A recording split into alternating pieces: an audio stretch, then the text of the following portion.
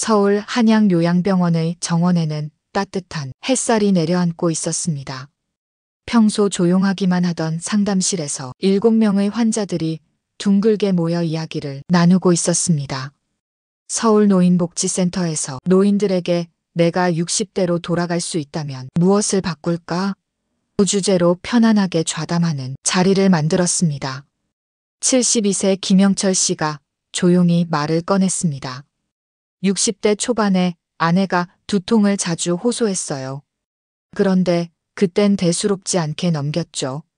나이 들면 다들 몸 여기저기 아픈 거라 생각했거든요.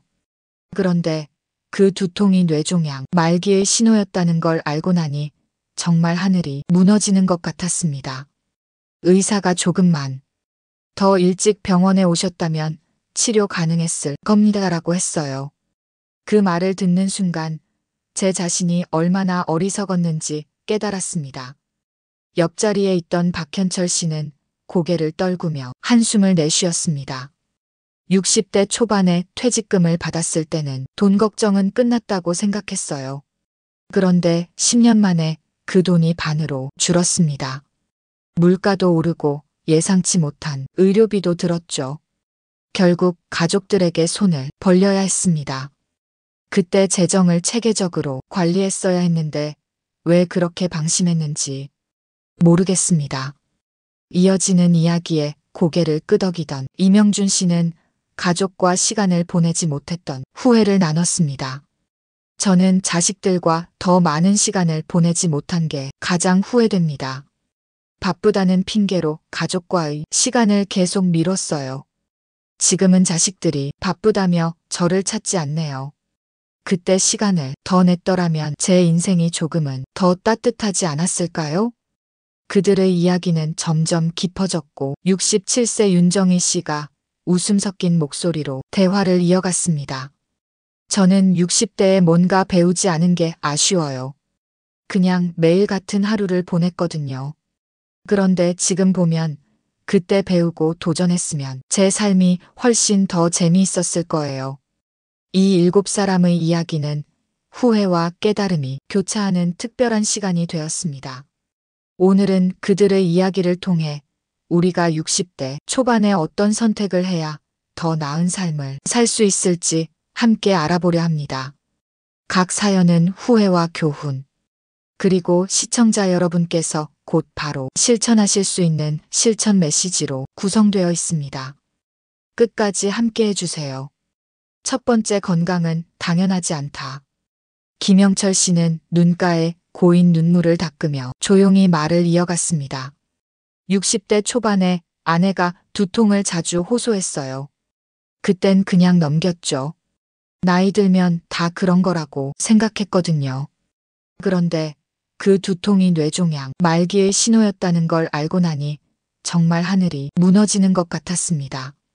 의사가 조금만 더 일찍 병원에 오셨다면 치료 가능했을 겁니다라고 했어요. 그 말을 듣는 순간 제 자신이 얼마나 어리석었는지 깨달았습니다. 옆에 있던 윤정희 씨도 비슷한 경험을 나눴습니다. 저는 허리 통증을 계속 참았어요. 병원에 가는 게 돈 낭비라 생각했거든요.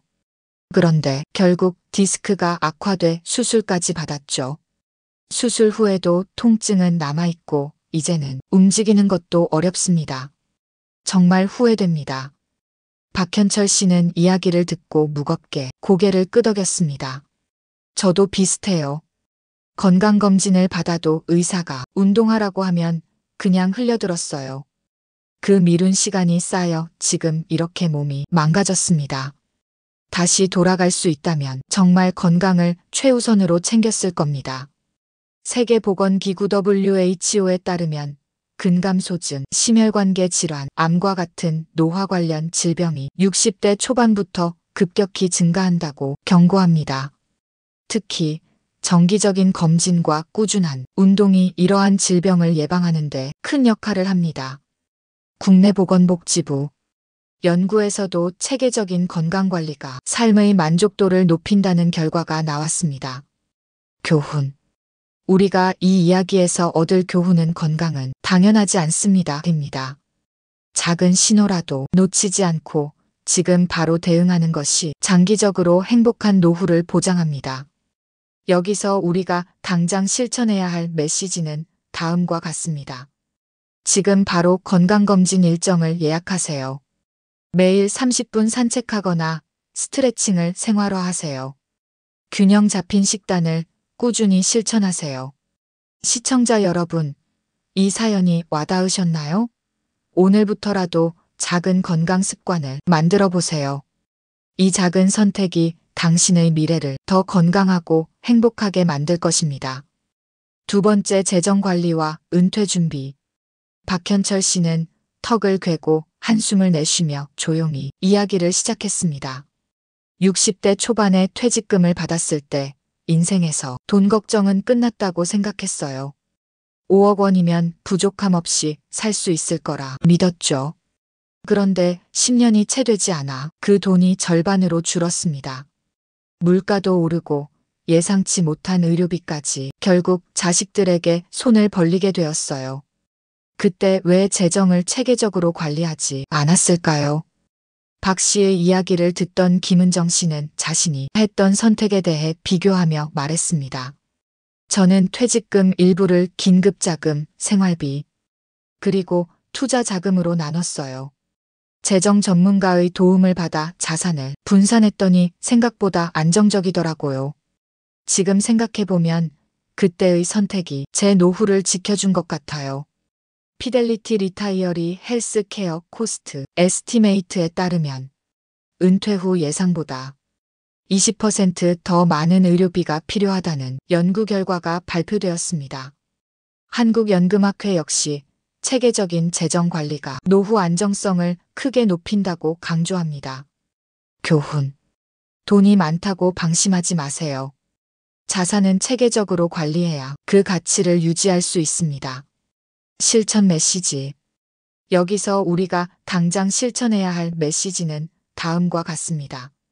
긴급 자금, 생활비, 여가비로 자산을 나누어 관리하세요. 한 달에 한 번 재정 점검 시간을 정하고 예산을 조정하세요. 재정 전문가와 상담하여 장기적인 재정 계획을 세우세요. 여러분, 지금 여러분의 자산 관리를 점검해 보세요. 작은 변화가 미래를 바꿀 수 있습니다. 세 번째, 관계의 소중함과 고독의 위험. 75세 이명준 씨는 고개를 떨구며 담담히 말을 꺼냈습니다. 자식들과 더 많은 시간을 보내지 못한 게 가장 큰 후회입니다. 늘 바쁘다는 핑계로 가족과의 시간을 미뤘어요. 다음에 만나자는 말을 습관처럼 했죠. 하지만 지금 나이가 드니 자식들이 바빠서 나를 찾지 않네요. 그때 시간을 더 냈더라면 지금의 내 인생이 조금 더 따뜻하지 않았을까 싶습니다. 그의 이야기에 박선미 씨도 조용히 동의했습니다. 맞아요. 저는 남편과의 관계를 소홀히 했던 게 후회돼요. 서로 바쁘다는 이유로 대화도 줄고 결국 서먹해졌어요. 나이 들어서야 서로가 얼마나 소중했는지 알게 됐는데 그땐 왜 이렇게 자주 다퉜을까요? 하버드 성인발달 연구에 따르면 인간관계의 질이 장수와 행복을 결정짓는 주요 요소라고 합니다. 영국 보건부의 연구에서도 고독이 심장병, 우울증, 치매 위험을 30% 이상 증가시킨다고 밝혔습니다. 교훈. 가족과 친구, 이웃과의 관계는 노년기의 삶을 따뜻하게 만듭니다. 관계를 소중히 여기고 지금부터라도 시간을 내어 함께하는 것이 중요합니다. 여기서 우리가 당장 실천해야 할 메시지는 다음과 같습니다. 하루 한 번 가족이나 친구에게 안부 전화를 걸어보세요.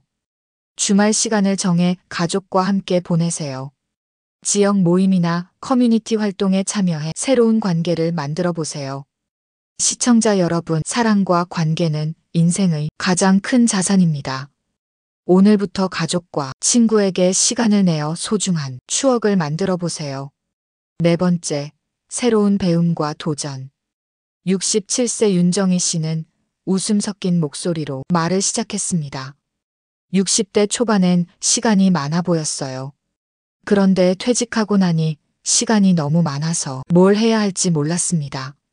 그래서 그냥 하루하루를 흘려보냈죠. 그런데 주변을 보니 뭔가를 배우고 도전하는 사람들은 훨씬 더 활기차게 살더라고요.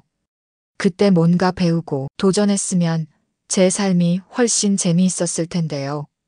김진호 씨는 70세에 수영을 배우기 시작하며 건강과 자신감을 되찾았습니다.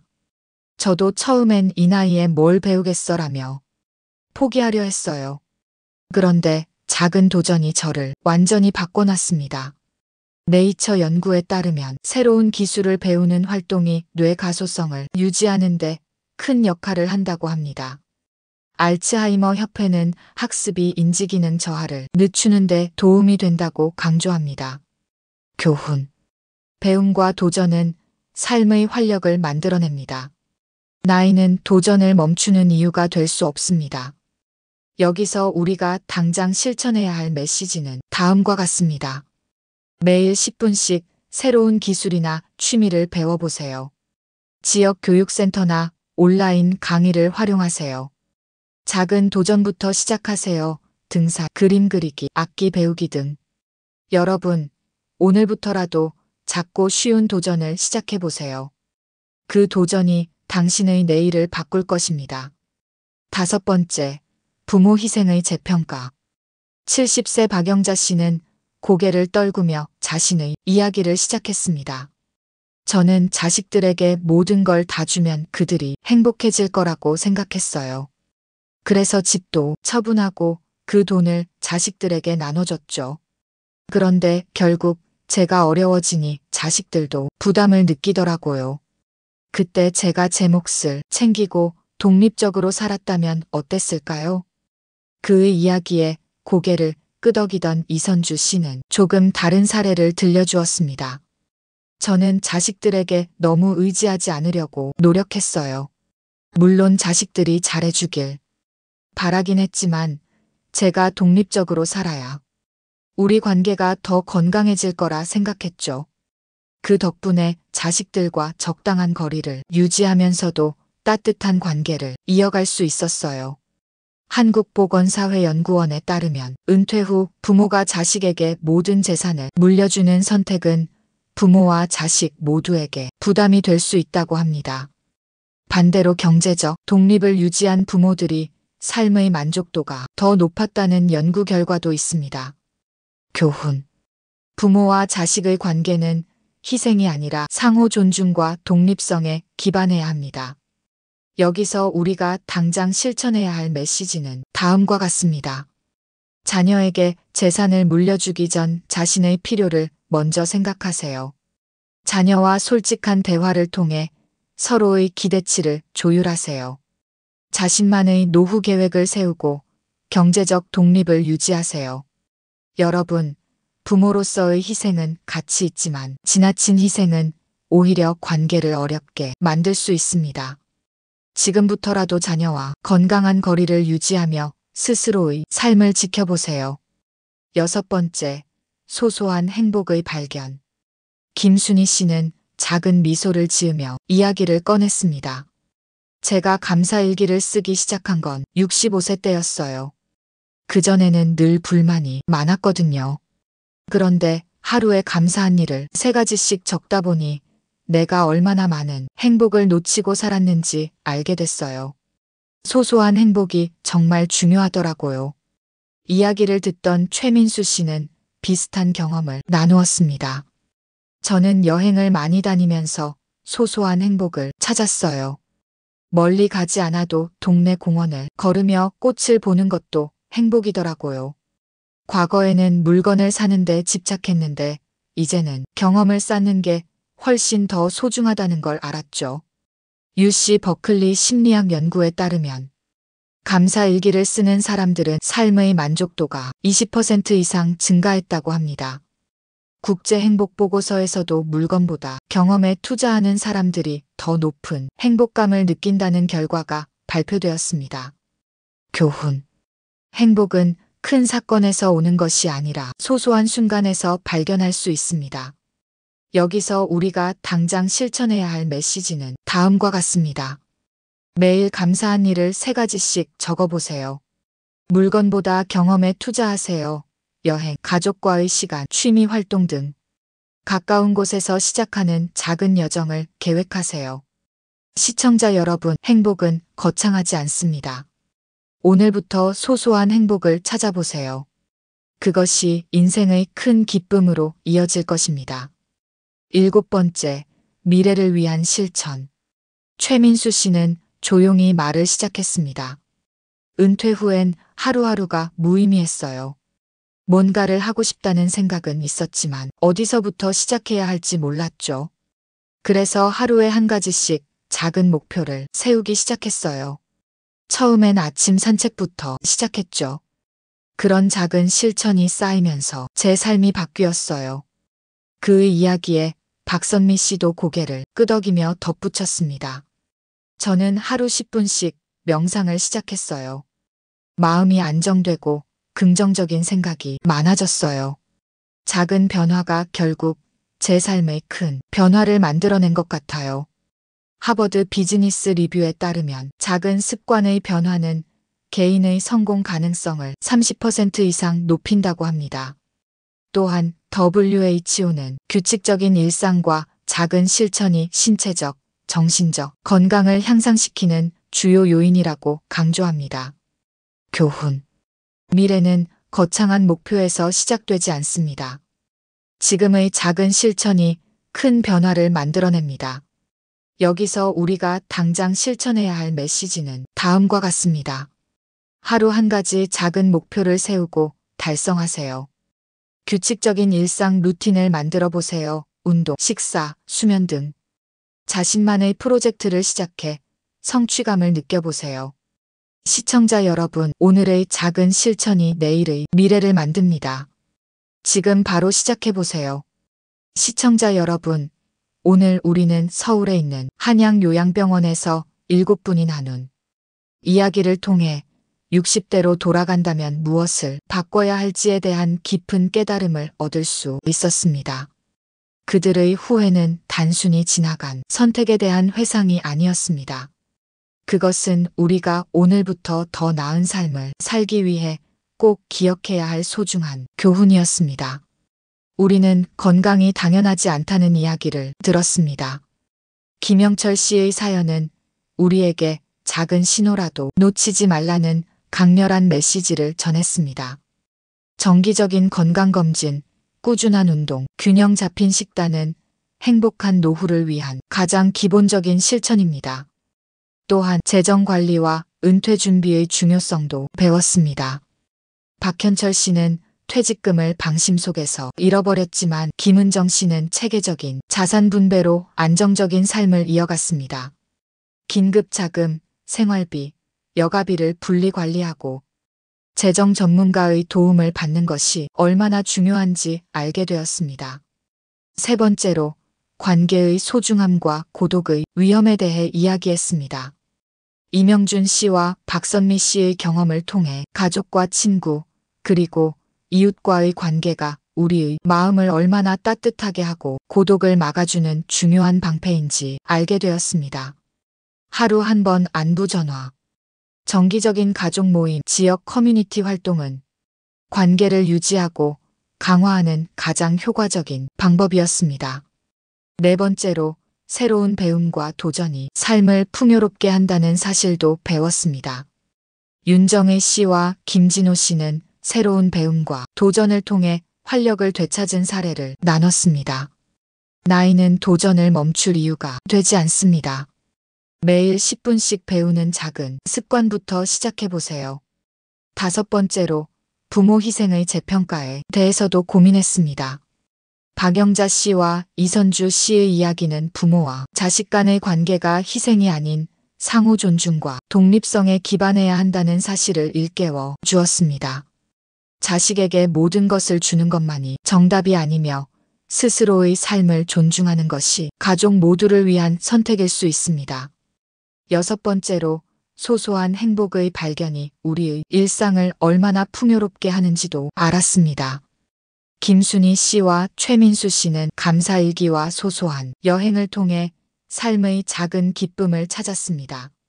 물건보다 경험을 추구하고 매일 감사한 일을 적는 것이 행복의 시작이라는 것을 다시 한번 깨달았습니다. 마지막으로 미래를 위한 실천의 중요성도 잊지 않았습니다. 최민수 씨의 하루 한 가지 목표 세우기는 작은 실천이 얼마나 큰 변화를 만들어내는지 보여주었습니다. 오늘부터라도 작은 목표를 세우고 그것을 달성해 보세요. 이 7가지 교훈은 우리의 삶을 바꿀 수 있는 열쇠입니다.